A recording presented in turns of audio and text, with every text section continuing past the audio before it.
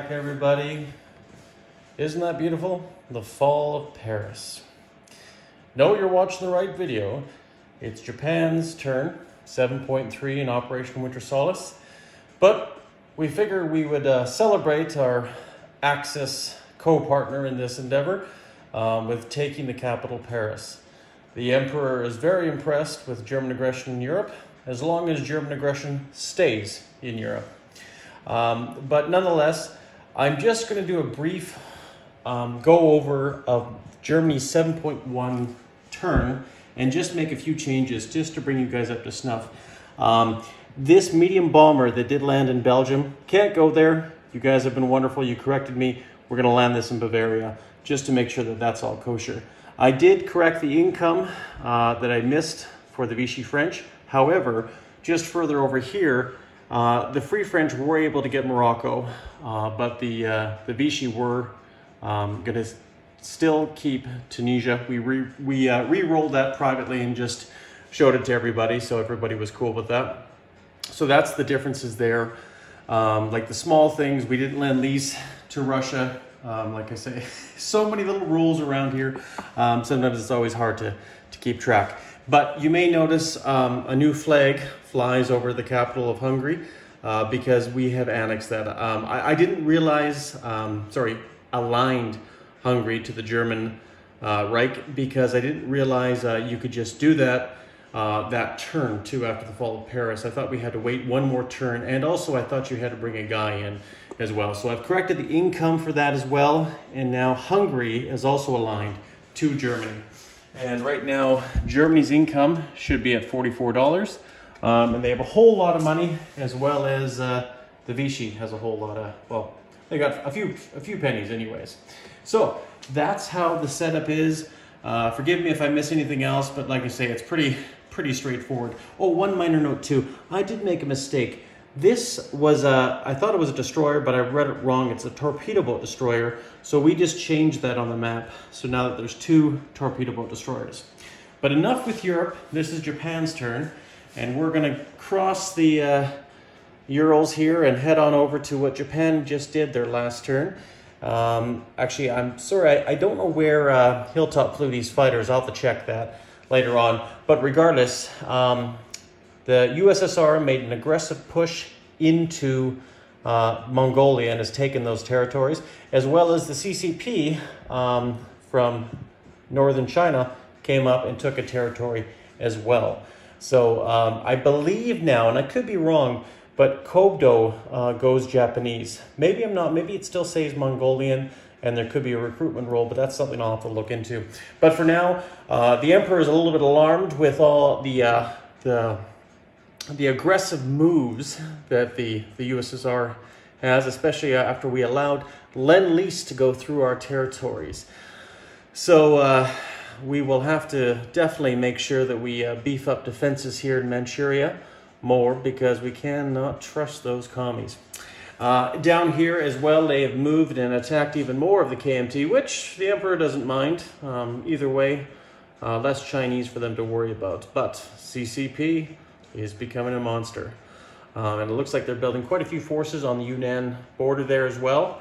They could be coming south to attack Japan, so we might have to rebuild our forces there. Or who knows, they might be going to conquer territories in the Far East Command, or they might turn around and head on over to the KMT. Anything's a possibility.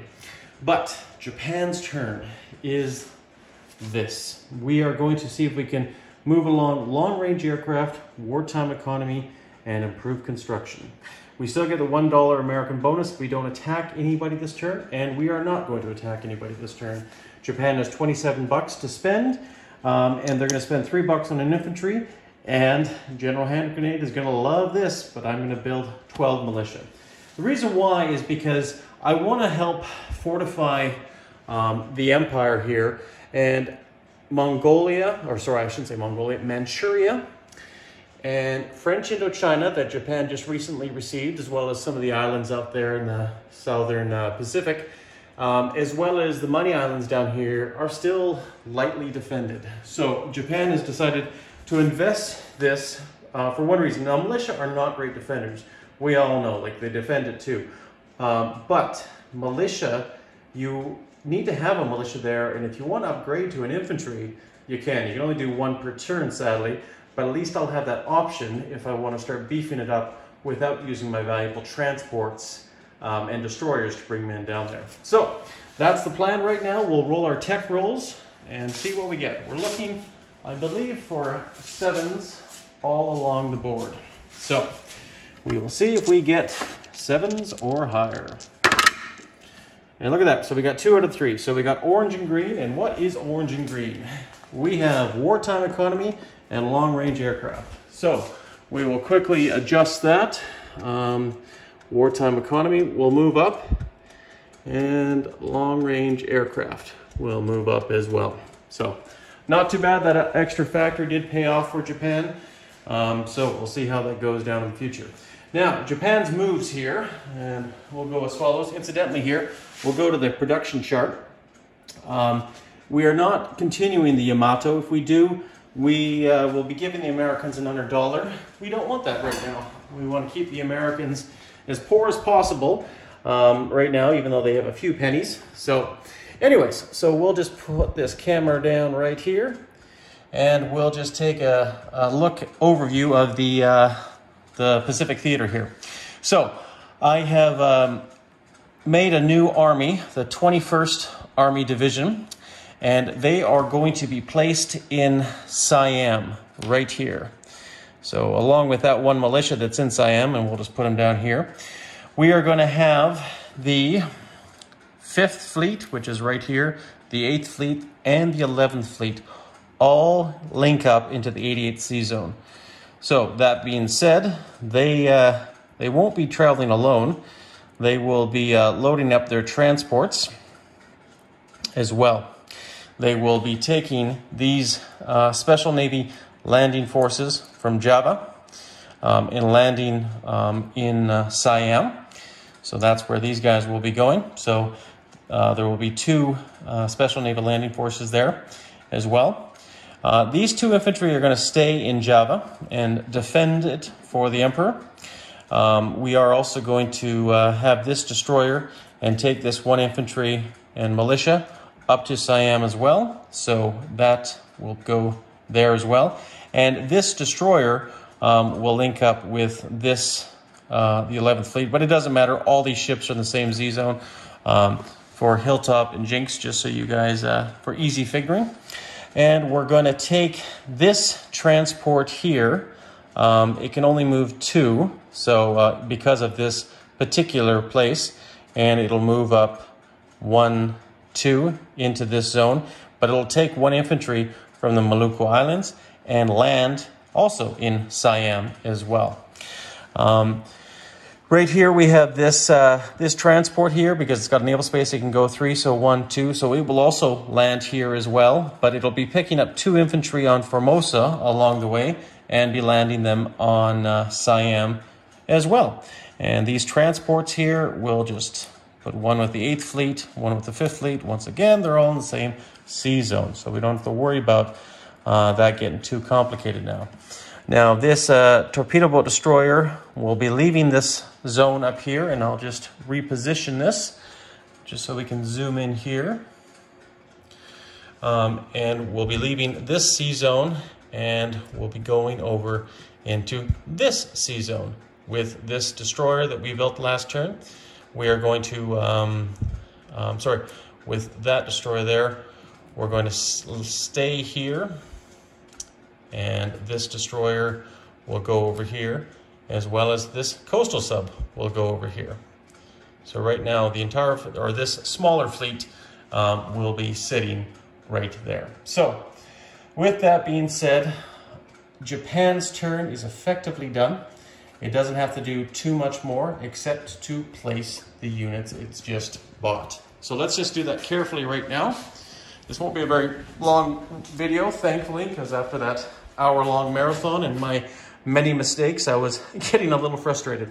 So this 1 infantry here is going to be going into Rihe along with everything else because there is 1 factory there.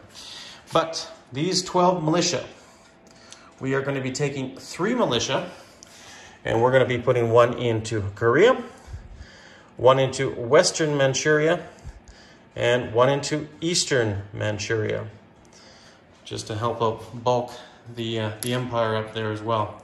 Now we're also going to take 2 militia. We're going to put one here in Tokyo and one here in Honshu, just for now. We are now going to take the remaining 7 militia and take them further south.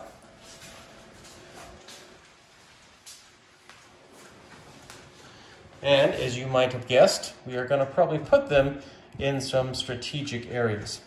We're going to take 1 militia and put it on the Celebes. We're going to take 1 militia, put it on West Timor.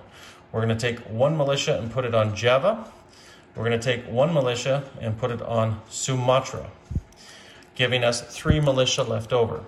We are going to put 1 in Anatonkin and 1 in Cochinha, which we had just taken over, to defend those territories. Now, we are also going to put 1 more militia here in the Maluku Islands. You may ask, well, it's not worth anything. True, it's not worth anything, but at the same token, it's nice just to have an extra unit there if I ever want to upgrade it, and if I ever need to move it out, that is a possibility. But for now, the Emperor has decreed that all islands, all properties belonging to the Empire should be manned and armed. However, we have not followed that completely because we have New Caledonia down here and the Gambier Islands, which are not. But perhaps maybe in a future turn they will be.